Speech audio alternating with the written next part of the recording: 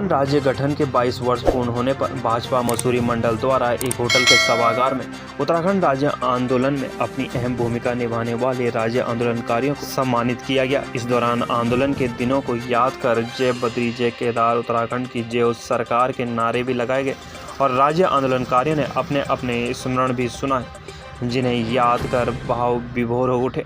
इस दौरान वक्ताओं ने कहा कि उत्तराखंड राज्य आंदोलन किसी भी व्यक्ति विशेष के नेतृत्व में नहीं लड़ा गया, बल्कि पहाड़ से लेकर मैदान तक सभी लोगों का इसमें योगदान रहा। आंदोलन के दौरान पुलिस द्वारा की गई बर्बरता को याद कर राज्य आंदोलनकारियों के जख्म भी ताज़ा हो गए।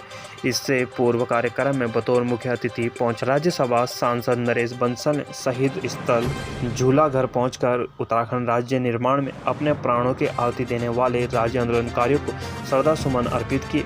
उसके पश्चात आयोजित सम्मान समारोह में राज्य आंदोलनकारियों को सम्मानित करते हुए उन्होंने कहा कि पृथक राज्य उत्तराखंड ने उन शहीदों की बदौलत मिला है। साथ ही राज्य सरकार और केंद्र सरकार उत्तराखंड के विकास के लिए लगातार प्रयास कर रही है। उन्होंने कहा कि आज मुख्यमंत्री पुष्कर सिंह धामी के नेतृत्व में उत्तराखंड विकास के पथ पर अग्रसर है। मसूरी से नीरज सिंह की रिपोर्ट। मैं सबसे पहले तो उन शहीदों को अपनी श्रद्धांजलि अर्पित करता हूं, जिनके बलिदान स्वरूप हमारा पृथक राज्य बना और ये वही शहीद स्थल है। यहाँ मैं पहले भी कई बार आया हूँ।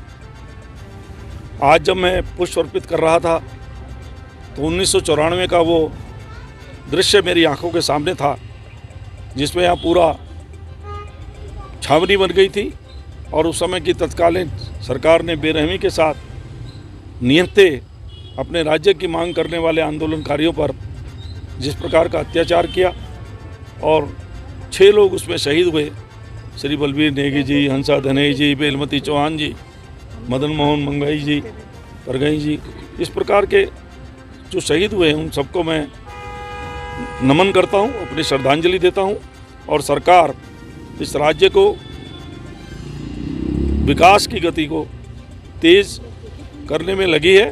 प्रधानमंत्री जी ने कहा है कि ये शताब्दी विश्व में भारत की शताब्दी है और उन्होंने स्वयं कहा कि इस शताब्दी का ये तीसरा दशक ये उत्तराखंड का दशक है। और हमारे यशस्वी मुख्यमंत्री श्री पुष्कर सिंह धामी जी ने भी कहा है कि विकल्प रहित संकल्प, अर्थात कोई विकल्प नहीं है, एक संकल्प ही है। और वो संकल्प ये है कि 2025 में जब ये राज्य 25 वर्ष का युवा राज्य होगा तो देश के अग्रणी राज्यों में होगा। इसको लेकर के हम सब लोग काम कर रहे हैं। आप सबका बहुत बहुत धन्यवाद। सर, क्या लगता नहीं है कि जिस परिकल्पना को लेकर के यहाँ पे राज्य के आंदोलन की लड़ाई लड़ी गई थी, क्या उस पर आज खरा उतरता है उत्तराखंड राज्य? देखिए, हर चीज़ में संभावनाएं पर्याप्त होती है। स्काई इज़ द लिमिट, इतनी संभावनाएं हैं, तो इसलिए उनको पूरा करने में जी जान से लगेंगे। हमारा यही संकल्प है। मैं उन पर नहीं जाऊंगा, कोई कमी रह गई, किसी की रह गई, मुझे किसी की आलोचना नहीं करनी है। आज वो दिन भी नहीं है, उसके लिए समय समय पर हम करते रहते हैं। पर मैं ये कह सकता हूं कि प्रधानमंत्री जी के नेतृत्व में डबल इंजन की सरकार पूरी जी जान के साथ इस राज्य को देश के अग्रणी राज्यों में लाने के लिए प्रयत्नशील है। सर, उत्तराखंड का जो है वो कोना कोना बिक चुका है, लेकिन सरकार वो कानून नहीं ला रही। तो जब जो है सरकार, जब पहाड़ियों के पास जो है ज़मीन ही नहीं बचेगी तो जो है वो विकास कहाँ का होगा? पहाड़ी जब खुद ही बेच रहे तो क्या करेंगे? अब मुझे कुछ कहने की आवश्यकता नहीं। पहाड़ी जब खुद ही बेच रहे, सरकार अगर भू कानून लाए, सरकार ला रही, सरकार पहले भी लाई है और अभी भी उसकी समिति बनी है, उसकी रिपोर्ट दे रही है। क्योंकि लोकतंत्र में सबकी बात सुनकर के ही होता है। सरकार का अपना प्रयत्न है, भू कानून सरकार लाएगी, निश्चित रूप से लाएगी।